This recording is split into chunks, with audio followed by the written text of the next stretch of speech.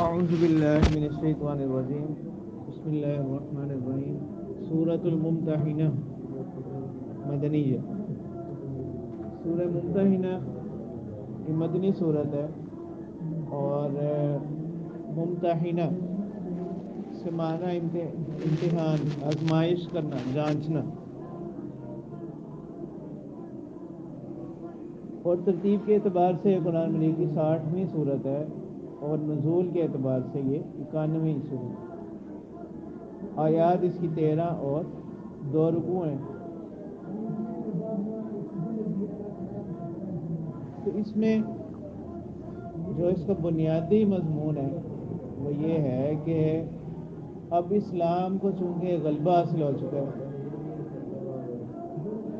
مسلمانوں کا رویہ دوسرے لوگوں کے ساتھ کیسا ہونا چاہیے، کفار کے ساتھ، ٹھیک ہے؟ تو اس میں اسلام نے کچھ حدود و قیود اس کی متعین کی۔ تو اس میں بنیادی بات یہ یاد رکھو کہ حسن سلوک اور ہمدردی کے تمام انسان مستحق، یعنی اس میں کسی کے ساتھ بھلائی کا معاملہ کرنا، اچھائی کے ساتھ پیش آنا، خیر خائی کے ساتھ پیش آنا، بھلائی کے ساتھ پیش آنا، یہ تمام انسان اس میں کیا ہیں، برابر، چاہے کوئی مسلمان ہو یا غیر مسلمان۔ ہاں، لیکن کسی غیر مسلم کے ساتھ ایسا تعلق کہ جس سے اپنی جو نظریاتی بنیادیں وہ خطرے میں پڑ جائیں یا مسلمانوں کی اجتماعیت کو خطرہ ہو، اس کی ممانعت، یعنی اس کو کہتے ہیں ایک تو ہے نا مواسات کا تعلق، غمخواری کا تعلق۔ مواسات کی حد تک تو کیا اجازت۔ دوسرا موالات کہتے ہیں قلبی تعلق، ایسا قلبی تعلق وہ منع ہے کہ جس سے خود اس شخص کی ذات کو یا مسلمانوں کی اجتماعیت کو کیا خطرہ، اس کی اجازت نہیں۔ اور رہی بات معاملات بھی جائز ہیں، یعنی ایسی چیزوں کی خرید و فروخت جائز ہے کہ جس پر شریعت کی طرف سے کوئی پابندی نہ ہو۔ اور باقی رہی جنگی آلات کی خرید و فروخت، تو جنگی آلات کی خرید و فروخت بھی اس صورت میں جائز ہے کہ اس کا کوئی نقصان مسلمانوں کو نہ ہو۔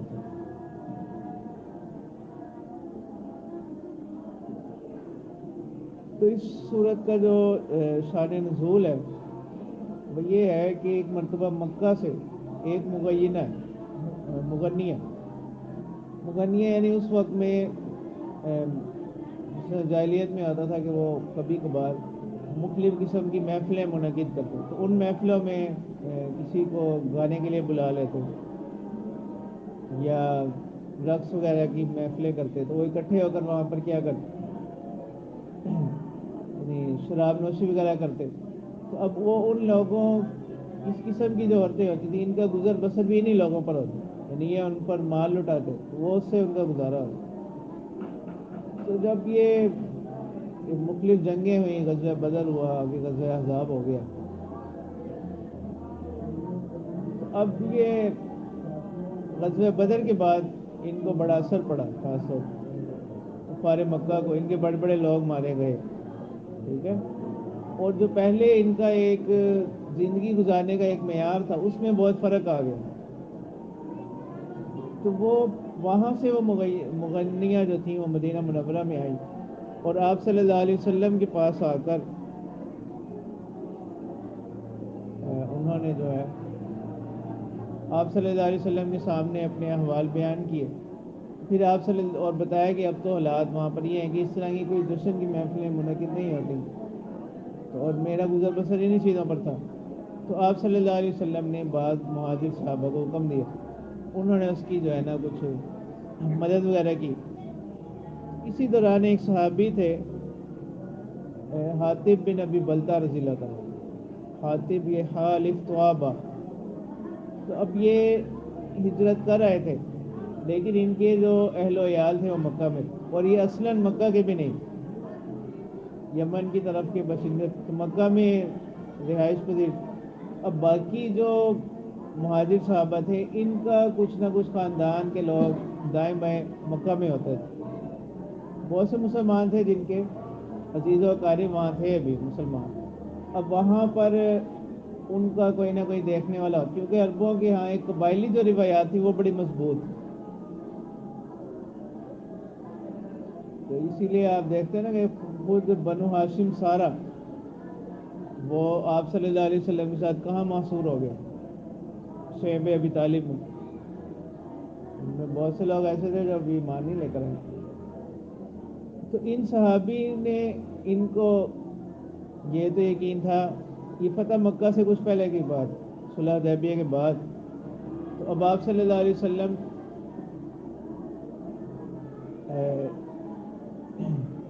کی تیاری میں بھی تھے، تو ان صحابی کو اس بات کا تو یقین تھا کہ فتح جو ہے نا بالآخر رسول اکرم صلی اللہ علیہ وسلم کو اور اسلام کو ہی حاصل ہوگی۔ تو انہوں نے اپنے اہل و عیال کی حفاظت کے لیے ایک طریقہ اختیار کیا کہ انہوں نے خط میں نا ان کو آپ صلی اللہ علیہ وسلم کے ارادے سے مطلع کر دی، اور وہ خط اس عورت کے سپرد کیا کہ وہ مکہ واپس جا رہی تھی۔ تو آپ صلی اللہ علیہ وسلم کو بذریعہ وحی اس کی اطلاع ہوئی، اور یہ بھی پتہ لگ گیا کہ فلاں مقام پر وہ عورت ابھی ہے۔ تو آپ صلی اللہ علیہ وسلم نے حضرت علی رضی اللہ تعالیٰ عنہ، حضرت زبیر، ایک صحابی ہو، ان لوگوں کو آپ صلی اللہ علیہ وسلم نے اس کے تعاقب کے لیے بھیجا۔ انہوں نے اس کے اونٹ پر اس کی تلاشی وغیرہ لی، لیکن وہ کوئی ایسا خط برآمد نہیں ہوا۔ ان کو یہ بھی یقین تھا کہ جب اللہ کے رسول صلی اللہ علیہ وسلم نے فرمایا سچ ہی ہوگا، تو پھر بالآخر جب انہوں نے زیادہ سختی کی تو اس نے اپنے اظہار بند میں سے وہ خط نکال کر دیا۔ تو جس وقت یہ واپس آئے اور آپ صلی اللہ علیہ وسلم کو انہوں نے دکھلایا، تو اس وقت حضرت عمر رضی اللہ تعالیٰ عنہ وہ ذرا جذباتی ہو گئے۔ انہوں نے کہا کہ آپ مجھے حکم دیں کہ میں ان کی گردن اڑاؤں۔ تو آپ صلی اللہ علیہ وسلم نے فرمایا کہ یہ بدری صحابی ہیں، اور بدری جو صحابی ہیں ان کے بارے میں اللہ تعالیٰ نے مغفرت کا اعلان کیا۔ تو آپ صلی اللہ علیہ وسلم نے ان سے جب حقیقت حال دریافت فرمائی تو انہوں نے ساری بات بتلا دی کہ میرا صرف یہ ارادہ تھا، اور مجھے یقین تھا کہ بالآخر فتح جو ہے وہ مسلمانوں کو ہی حاصل ہوگی۔ اس موقع پر پھر یہ آیات جو ہے نازل ہوئی۔ اللہ تعالیٰ فرمانے یا ایھا الذین آمنو، اے وہ لوگوں جو ایمان لائے، لا تتخذوا عدوی وعدوکم، مت بناؤ میرے دشمنوں کو اور اپنے دشمنوں کو اولیاء، دوست۔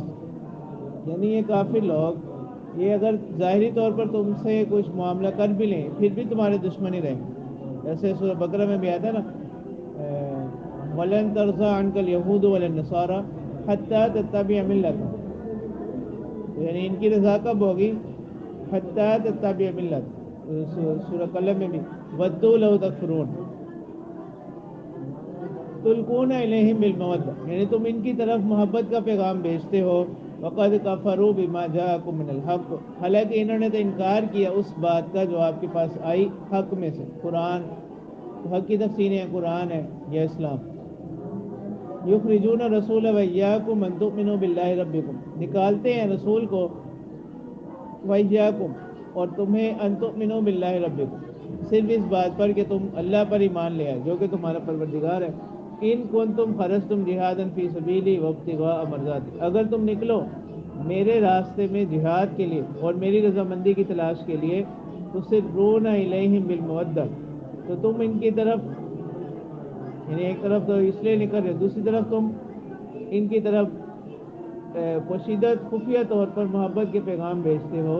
وَأَنَا أَعْلَمُ بِمَا أَخْفَيْتُمْ وَمَا أَعْلَنْتُمْ، اور میں جانتا ہوں جو کچھ تم پوشیدہ کرتے ہو، وَمَا أَعْلَنْتُمْ، جو اعلانیہ کرتے ہو۔ یعنی ان کو تو آپ صلی اللہ علیہ وسلم نے معاف فرما دیا، لیکن اب آئندہ کے لیے اللہ تعالیٰ نے متنبع کر دیا۔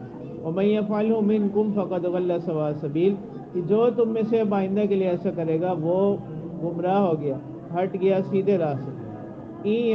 یسقفوکم یکونوا لکم اعداء، یعنی تمہاری تو حالت یہ ہے کہ تم ان کی طرف دوستی کے ہاتھ بڑھا رہے ہو۔ یسقفوکم، اگر وہ تمہیں پالیں، یکونوا لکم اعداء، تو وہ تمہارے لیے دشمنی ہوں گے اگر کبھی وہ تم پر غالب آ جائے. یبسطوا الیکم ایدیہم والسنتہم بالسوء، وہ دراز کریں گے، بڑھائیں گے تمہاری طرف اپنے ہاتھ اور زبانیں، بالسوء برائی کے ساتھ. وودوا لو تکفرون، اور وہ پسند کریں گے کہ اگر تم کیا ہو جاؤ، دوبارہ کفر میں لوٹ آؤ. لن تنفعکم ارحامکم ولا اولادکم یوم القیامہ یفصل بینکم، کہ ہرگز کام نہ آئیں گے تمہاری قرابتیں، ولا اولادکم، اور نہ ہی تمہاری اولادیں قیامت کے دن، یفصل بینکم، اللہ تعالیٰ فیصلہ کر دیں گے تمہارے درمیان. ایک معنی، اور ایک معنی اس کے کہ اللہ تعالیٰ تمہارے اور ان اولادوں کے درمیان، قرابتوں کے درمیان کیا کر دیں گے، جدائی ڈال دیں گے، یعنی ہر کسی کو اپنی اپنی پڑی ہوگی. واللہ بما تعملون بصیر، اللہ تعالیٰ تمہارے اعمال کو دیکھ رہے ہیں. قد کانت لکم اسوۃ حسنۃ فی ابراہیم، تحقیق تمہارے لیے بہترین نمونہ ہے حضرت ابراہیم علیہ السلام کی ذات میں، والذین معہ، اور ان لوگوں میں جو ان کے پیروکار ہیں، ان کے ساتھ. اذ قالوا لقومہم انا براء منکم، کہ جب انہوں نے کہا اپنی قوم سے کہ میں تم لوگوں سے بیزار ہوں. وَمِمَّا تَعْبُدُونَ مِن دُونِ اللَّهِ، اور جن کو تم پکارتے ہو اللہ کو چھوڑ کر. کفرنا بکم، ہم نے تمہارا انکار کیا، ہم تم سے منکر ہوتے ہیں. وَبَدَا بَيْنَنَا وَبَيْنَكُمُ الْعَدَاوَةُ وَالْبَغْضَاءُ أَبَدًا، اور ظاہر ہو گئی ہمارے اور تمہارے درمیان عداوت، دشمنی، والبغضاء، نفرت، ہمیشہ کے لیے، یہاں تک کہ تم ایمان لے آؤ اللہ پر. الا قول ابراہیم علی ابیہ، مگر ابراہیم علیہ السلام کا قول اپنے والد کے لیے، لاستغفرن لک، میں آپ کے لیے کیا کرتا رہوں گا، استغفار کرتا رہوں گا. وما املک لک من اللہ من شیء، اور میں نہیں ہوں مالک آپ کے لیے اللہ تعالیٰ کے عذاب سے ذرا بھی، یعنی اگر اللہ تعالیٰ کے مقابلے میں آپ کے لیے ذرا بھی قدرت نہیں رکھتا.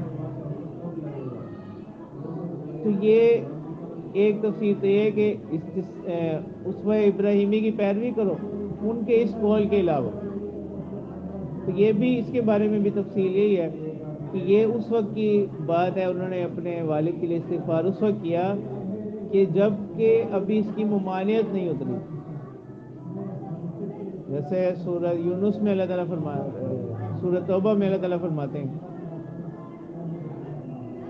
وما كان استغفار ابراہیم علی ابیہ الا عن موعظۃ وعدها ایاہ، کہ ابراہیم علیہ السلام کا جو استغفار تھا اس کی حقیقت صرف اور صرف یہ ہے کہ اس وعدے کی بنا پر.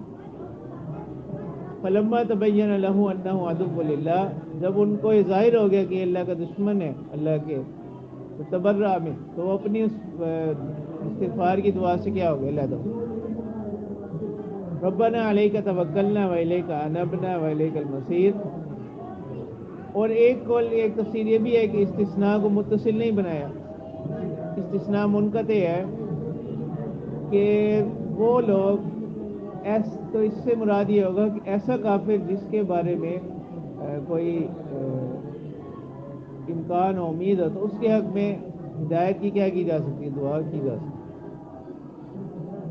ہے. دونوں تفسیر، ایک میں تو استثناء متصل ہوگا کہ ابراہیم علیہ السلام کی پیروی کرنی اس بات کے علاوہ، اور دوسری صورت میں استثناء منقطع ہے، وہ پیروی کو حکم دیا جا رہا ہے وہ الگ ہے اور یہ کیا الگ ہے. ربنا علیک توکلنا والیک انبنا والیک المصیر، اے ہمارے پروردگار آپ ہی پر ہم نے بھروسہ کیا اور آپ ہی کی طرف ہم رجوع کرتے ہیں اور آپ ہی کی طرف لوٹنا ہے. ربنا لا تجعلنا فتنة للذین کفروا واغفر لنا ربنا، اے ہمارے پروردگار ہمیں مت بنائے آزمائش کفار کے لیے اور ہمیں بخش دیجیے ہمارے پروردگار. انک انت العزیز الحکیم، بے شک آپ زبردست حکمت والے ہیں. لقد كان لكم فيهم اسوة حسنة لمن كان يرجو الله واليوم الآخر، تحقیق آپ کے لیے ان لوگوں میں بہترین نمونہ ہے اس شخص کے لیے جو اللہ سے ملاقات کا منتظر ہو، والیوم الآخر، اور آخرت کے دن کی امید رکھتا ہو، یقین رکھتا ہو. ومن يتول، اور جو اعراض کرے گا، منہ پھیرے گا، فإن اللہ هو الغنی الحمید، یعنی اس سے اللہ تعالیٰ کے حق میں کوئی کمی نہیں لازم آ رہی، بلکہ اللہ تعالیٰ کی ذات تو کیا ہے، بے نیاز، الحمید، قابل تعریف ہے. عسى الله ان يجعل بينكم وبين الذين عاديتم منهم مودة، یعنی تمہارے جو رشتہ دار ابھی کافر ہیں، ایمان نہیں لائے، کسی کا بھائی ہے، کسی کا والد ہے، کسی کی بیوی ہے، کسی کا شوہر ہے، اولاد ہے، تو اللہ تعالیٰ فرمانے کہ شاید کہ قریب ہے کہ اللہ تعالیٰ اس بات کا امکان موجود ہے کہ ان یجعل بینکم وبین الذین عادیتم منہم مودۃ، کہ اللہ تعالیٰ بنا دے تمہارے درمیان اور ان لوگوں کے درمیان جن سے تم نے دشمنی کی کر رکھی ہے، یعنی اسلام کی وجہ سے، مودہ ان لوگوں میں سے جن سے آپ کی دشمنی ہے، تو ممکن ہے کہ اللہ تعالیٰ آپ کے درمیان کوئی محبت کی صورت بنا دے، یعنی وہ لوگ کیا کر رہے ہیں، ایمان لیں۔ واللہ قدیر، اور اللہ تعالیٰ قدرت رکھتے ہیں، واللہ غفور رحیم، اور اللہ تعالیٰ بخشنے والے مہربان۔ اب لا ینہاکم اللہ عن الذین، یہاں سے اللہ تعالیٰ فرما رہے ہیں کہ کن لوگوں کے ساتھ معاملات کرنے ہیں، کن لوگوں کے ساتھ نہیں کرنے۔ تو حضرت اسماء رضی اللہ تعالیٰ عنہ، حضرت اسماء بنت ابی بکر رضی اللہ تعالیٰ عنہ، ان کی والدہ تھی جو حضرت ابوبکر صدیق رضی اللہ تعالیٰ عنہ کی اہلیہ تھی دوسری، تو وہ ابھی اسلام نہیں لائی تھی، تو وہ مکہ میں آئیں تو انہوں نے ان کو اپنے گھر میں بھی نہ آنے دیا اور ان کے دیے ہوئے تحائف لینے سے بھی انکار کر دیا۔ پھر یہ آپ صلی اللہ علیہ وسلم کی خدمت میں حاضر نہیں، تو آپ صلی اللہ علیہ وسلم نے فرمایا کہ نہیں، ان کے ساتھ کیا کرو، صلہ رحمی کرو۔ اس چیز کو بیان کیا جا رہا ہے، لا ینہاکم اللہ عن الذین لم یقاتلوکم فی الدین، اللہ تعالیٰ تمہیں نہیں روکتے ان لوگوں کے بارے میں، لم یقاتلوکم فی الدین، جو دین میں تم سے قتال نہیں کرتے، ولم یخرجوکم من دیارکم، اور نہ ہی انہوں نے تم لوگوں کو نکالا تمہارے گھروں سے، ان تبروہم، کہ تم ان کے ساتھ نیکی کرو، وتقسطوا الیہم، اور ان کے ساتھ انصاف کرو، ان اللہ یحب المقسطین، بے شک اللہ تعالیٰ انصاف کرنے والوں کو پسند کرتے ہیں۔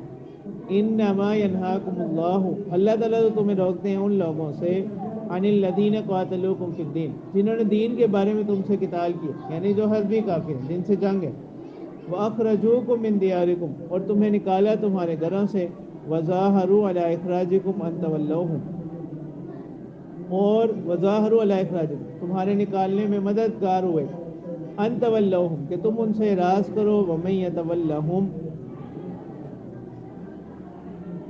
کہ تم ان سے دوستی کرو، ان تولہم، کہ تم ان کی طرف دوستی کا ہاتھ بڑھاؤ، ومن یتولہم فاولئک هم الظالمون، اور جو کوئی ان سے کیا کرے گا، دوستی کرے گا، تو یہی لوگ کیا ہوں، ظلم کرنے والے ہوں۔ یا ایھا الذین آمنوا اذا جاءکم المؤمنات مہاجرات فامتحنوہن، تو یہ آیت ایک صلح حدیبیہ کے بعد نازل ہوئی ہے۔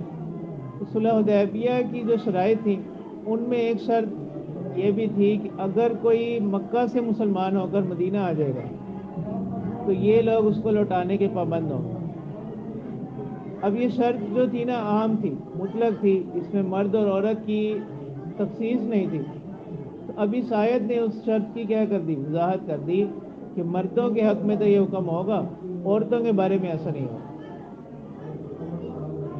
تو اب اس آیت نے وہ جو شرط مطلق تھی اس کی تاکید کر دی ہے، وضاحت کر دی کہ اگر کوئی عورت مکہ سے آ جائے اسلام قبول کر کر، مسلمان ہو کر، تو اب یہیں سے یہ بھی معلوم ہو گیا، اب آئندہ کے لیے کوئی مسلمان عورت کسی کافر کے نکاح میں نہیں رہ سکتی، اسی طرح کافر عورت مشرکہ اہل کتاب کے علاوہ وہ مسلمان کے نکاح میں نہیں رہ سکتی۔ تو اللہ تعالیٰ فرما رہے ہیں، یا ایھا الذین آمنوا، اے وہ لوگوں جو ایمان لائے، اذا جاءکم المؤمنات مہاجرات فامتحنوہن، تو اس کے بارے میں مختلف واقعات ہیں کہ مکہ سے عورتیں اس طرح آئیں، مختلف واقعات ہیں، روایات ہیں۔ تو اللہ تعالیٰ فرما رہے ہیں کہ اے وہ لوگوں جو ایمان لائے، جب تمہارے پاس آ جائے مومنہ عورتیں مہاجرات ہجرت کر کے، فامتحنوہن، تو ان کا امتحان لے لو۔ تو بعض روایات میں آتا ہے کہ ان سے حلف لیا جاتا تھا کہ ہم اپنے شوہروں کو دھوکہ دے کر نہیں آئیں، بھاگ کر نہیں آئیں، اور ہمارا اور کوئی مقصد نہیں ہے، ہم صرف اللہ اور اس کے رسول کے لیے آئیں گے۔ تو یہ اللہ اعلم بایمانہن، اللہ تعالیٰ ان کے ایمان کو زیادہ جانے، یعنی تم صرف ظاہر پر اب پھر کیا کر لو، ایک ظاہری سرسری امتحان کے بعد اگر وہ مسلمان ہونا ان کو ثابت ہو جائے تو فَإِنْ عَلِمْتُمُوهُنَّ مُؤْمِنَاتٍ، اگر تمہیں معلوم ہو جائے ان کا مسلمان ہونا، فَلَا تَرْجِعُوهُنَّ إِلَى الْكُفَّارِ، تو ان کو مت لوٹاؤ کفار کی طرف، کیوں؟ لَا هُنَّ حِلٌّ لَهُمْ وَلَا هُمْ يَحِلُّونَ لَهُنَّ، کہ نہ تو اب یہ عورتیں ان کے لیے حلال ہیں، وَلَا هُمْ يَحِلُّونَ لَهُنَّ، نہ اب وہ ان کے لیے کیا ہیں، حلال ہیں۔ وآتوہم ما انفقوا، اور ان کے جو کافر شوہر ہیں ان کو عطا کر دو جو انہوں نے خرچ کیا. ولا جناح علیکم، اور اب تم پر کوئی حرج نہیں ہے ان تنکحوہن، کہ تم اب ان عورتوں سے کیا کر لو، نکاح کر لو. اذا آتیتموہن اجورہن، لیکن اب یہ نہ سمجھو کہ اگر تم نے ان کا جو کچھ ان کے شوہروں نے دیا تھا وہ ادا کرنا وہ الگ ہوگا. اب جب تم ان سے نکاح کر رہے ہو، اذا آتیتموہن اجورہن، جب تم ان کو ان کے اجر کیا کر دو، عطا کر دو، مہر عطا کر دو، تو یہ نکاح جب ان کے ساتھ ہوگا تو مہر جدید ہوگا، یعنی وہ جو بدل دیا ہے وہ اس مہر کا عوض نہیں بنے گا. ولا تمسکوا بعصم الکوافر، اور مت روکے رکھو کافروں کے تعلقات کو، اب کیا نہ رکھو، باقی نہ رکھو، یعنی جو کافر عورتیں تمہارے پاس ہیں ان کو بھی مت روکو. واسألوا ما انفقتم وليسألوا ما انفقوا، اور تم ان سے لے لو جو تم نے خرچ کیا. وليسألوا ما انفقوا، اور چاہیے کہ وہ لے لیں جو انہوں نے خرچ کیا. ذالکم حکم اللہ، یہ اللہ تعالیٰ کا حکم ہے. یحکم بینکم، وہ فیصلہ کرتے ہیں تمہارے درمیان. واللہ علیم حکیم، اور اللہ تعالیٰ جاننے والے حکمت والے ہیں. وَإِنْ فَاتَكُمْ شَيْءٌ مِّنْ أَزْوَاجِكُمْ مِنَ الْكُفَّارِ، اور اگر تمہاری بیویوں میں سے کوئی چیز رہ جائے کفار کی طرف، فَعَاقَبْتُمْ، تو تم کیا کرو، یعنی اس کا پیچھا کرو.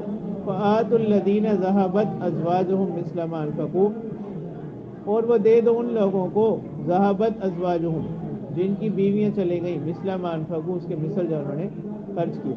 یعنی مطلب یہ ہے کہ مسلمانوں نے تو اس شرط کو پورا کیا کہ اگر کوئی وہاں سے عورت مسلمان ہو کر آئی، اس کے کافر شوہر کو انہوں نے کچھ نہ کچھ مال دے دیا، لیکن انہوں نے اس شرط کو پورا نہیں کیا، تو اب اس کی تلافی کی صورت یہ کی جا رہی ہے. اگر یہاں سے کوئی عورت چلی گئی نا کسی کے پاس، تو اب انہوں نے خرچ دینا تھا، ٹھیک ہے، تو اب مسلمانوں کو کہا جا رہا ہے کہ تم نے جو کافروں کو دینا نا اب ان لوگوں کو دے. یعنی وہاں سے کوئی عورت مسلمان ہو کر آئی ہے نا، اس کے کافر شوہر کو کچھ دینا ہے نا، اور ادھر سے کافروں نے نہیں دیا، انہوں نے دینا تھا، تو اب اس کو دے. فَآتُوا الَّذِينَ ذَهَبَتْ أَزْوَاجُهُمْ، دے دو ان لوگوں کو جن کی بیویاں چلے گئیں، مِثْلَ مَا أَنفَقُوا، جو انہوں نے خرچ کیا. وَاتَّقُوا اللَّهَ الَّذِي أَنْتُمْ بِهِ مُؤْمِنُونَ، اور اللہ سے ڈرتے رہو، اسی پر تم کیا رکھنے، اگر تم اسی پر کیا کرنے والے ہو، ایمان رکھنے والے ہو. یا ایھا النبی اذا جاءک المؤمنات یبایعنک، اے وہ لوگو، اے نبی، اذا جاءک المؤمنات، جب آپ کے پاس آئیں عورتیں، تو یہاں ایک خاص بیعت کا ذکر کیا جا رہا ہے، وہ اس موقع پر بھی ہے اور مواقع پر بھی. انہی چیزوں پر بیعت جو ہے وہ حدیث میں کیا ثابت ہے کہ جب آپ کے پاس مومنہ عورتیں آئیں، یبایعنک، یعنی ایک تو پہلے حلف بھی جاتا تھا نا، اس کے ساتھ یہ بیعت بھی لی جاتی ہے. یبایعنک، وہ آپ سے بیعت کریں اس بات پر کہ علی اللہ یشرکن باللہ شیئا، کہ وہ اللہ کے ساتھ شرک نہ کریں گی. ولا یسرقن، چوری نہیں کریں گی. ولا یزنین، زنا نہیں کریں گی. ولا یقتلن اولادہن، اپنی اولادوں کو قتل نہیں کریں گی. ولا یأتین ببہتان، اور کوئی ایسا بہتان نہیں لے کر آئیں گی، یفترینہ، جس کو وہ گھڑیں، بین ایدیہن، اپنے ہاتھوں کے درمیان، وارجلہن، اور اپنے پاؤں کے درمیان. یعنی یہ چیزیں آخرت میں اس کے حق میں کیا بنے گی، اس کے خلاف گواہی دیں گی. یعنی کوئی کسی اور سے تعلقات قائم کیے، بچہ ہو گیا، اس کو اپنے شوہر کے ساتھ نسب اس کا نہ لگائیں. ولا یعصینک فی معروف، اور وہ شریعت کے معاملات میں آپ کی نافرمانی نہیں کریں گی. فبایعہن، ان کو ان چیزوں پر آپ بیعت کر لیں. واستغفر لہن اللہ، اور اس کے ساتھ ساتھ ان کے لیے استغفار کرتے رہیں. ان اللہ غفور الرحیم، بے شک اللہ تعالیٰ بخشنے والے مہربان ہے. یا ایھا الذین آمنوا لا تتولوا قوما، اے وہ لوگوں جو ایمان لائے، مت دوست بناؤ ایسی قوم کو، غضب اللہ علیہم، جن پر اللہ کا غضب نازل ہوا. قد یئسوا من الآخرہ، اور وہ آخرت سے اس طرح مایوس ہو گئے جیسا کہ کفار مایوس ہو گئے قبر والوں سے. کما یئس الکفار من اصحاب القبور، جیسا کہ کفار مایوس ہو گئے قبر والوں سے.